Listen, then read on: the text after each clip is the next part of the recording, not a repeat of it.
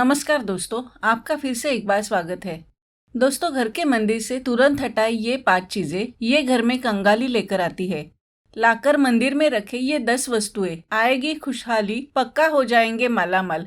ये वीडियो पूरा जरूर देखना, आपके लिए कल्याणकारी साबित होगा, जिंदगी को बदल के रख देगा। दोस्तों, हर हिंदू घर में मंदिर होता ही है, इससे घर में सकारात्मकता रहती है। लेकिन पूजा घर के वास्तु में कोई गड़बड़ी हो जाए तो वो नुकसानदायी हो जाता है। पूजा घर के वास्तु में गलती परिवार की सुख शांति छीन लेती है, घर में कंगाली लाती है, तरक्की में रुकावटें लाती है। इसलिए पूजा घर के वास्तु को लेकर बहुत सावधानी रखनी चाहिए। वास्तुशास्त्र में पूजा घर की दिशा, रंग आदि के अलावा पूजा घर में रखी जाने वाली देवी देवताओं की मूर्ति, तस्वीरों आदि तक के बारे में शास्त्रों में जो नियम बताए हैं उनका पालन जरूर करना चाहिए। वास्तुशास्त्र के अनुसार पूजा घर में कुछ चीजों को रखना अशुभकारी माना जाता है।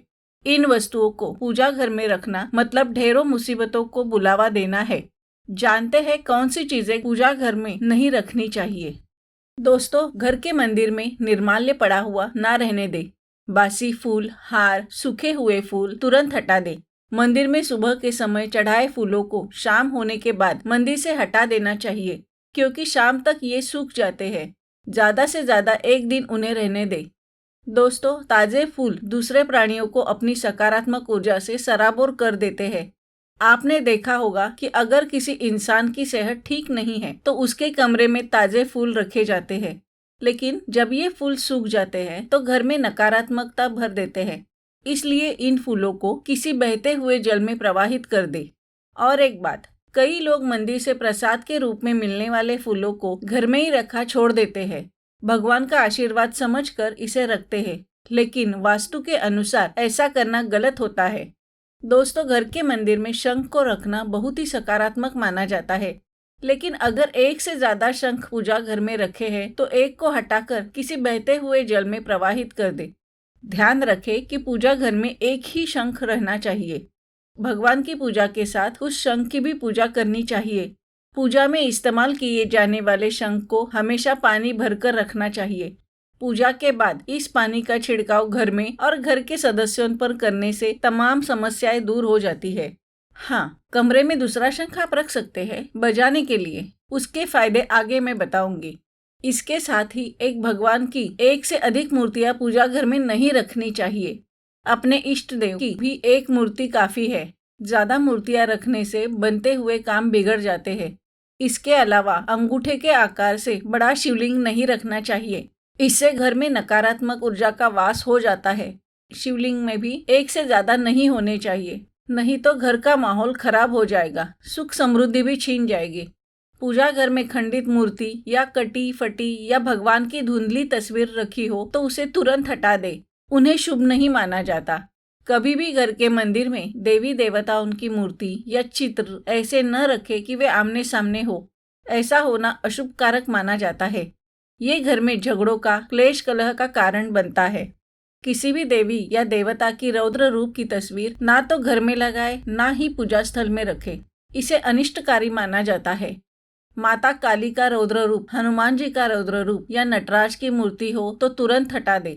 देवताओं की सौम्य रूप की मूर्ति या तस्वीर रखनी चाहिए।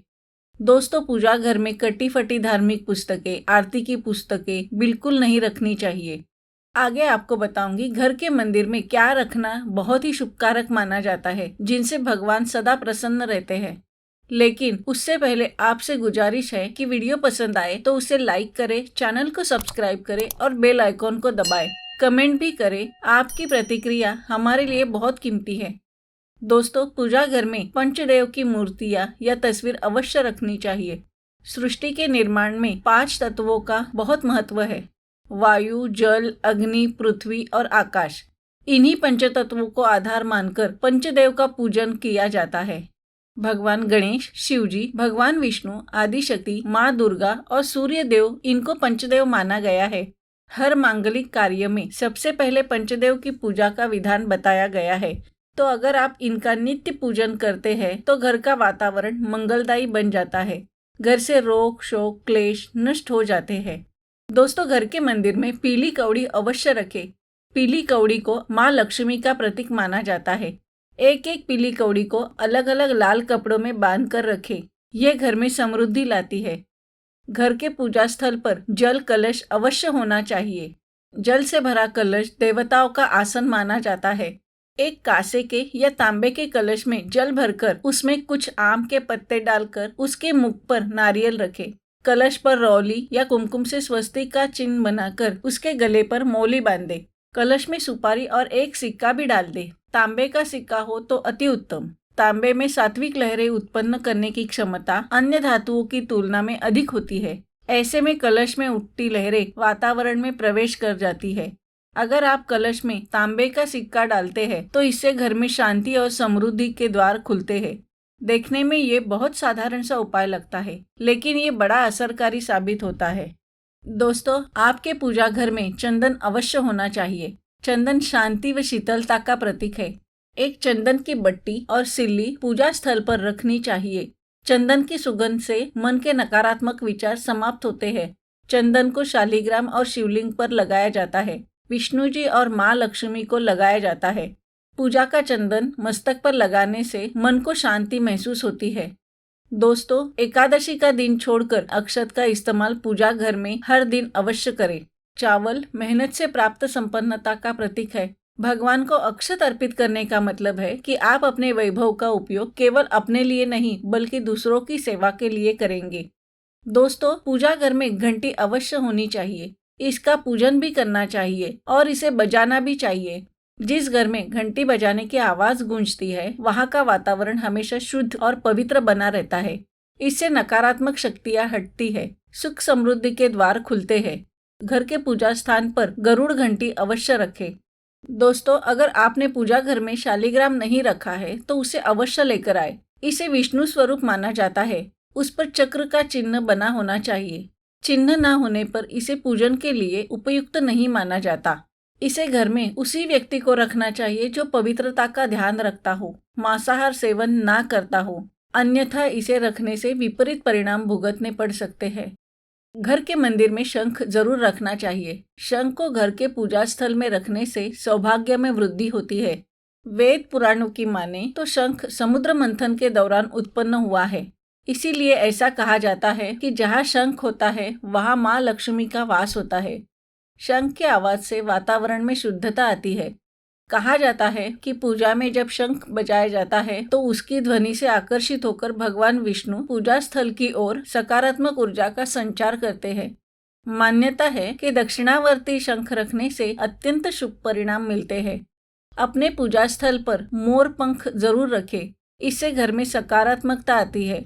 जो लोग अपने घर में भगवान कृष्ण की पसंदीदा चीज मोर पंख रखते हैं उन पर कृष्ण भगवान की कृपा बनी रहती है। दोस्तों, सनातन धर्म में गंगा जल को बहुत पवित्र माना गया है। मान्यता है कि पूजा घर में गंगा जल रखने से माँ लक्ष्मी की विशेष कृपा होती है। घर के मंदिर में किसी चांदी या पीतल के बर्तन में गंगा जल रखें। इससे घर में सुख शांति बनी रहेगी। सनातन धर्म में गोमूत्र को भी बहुत पवित्र माना जाता है।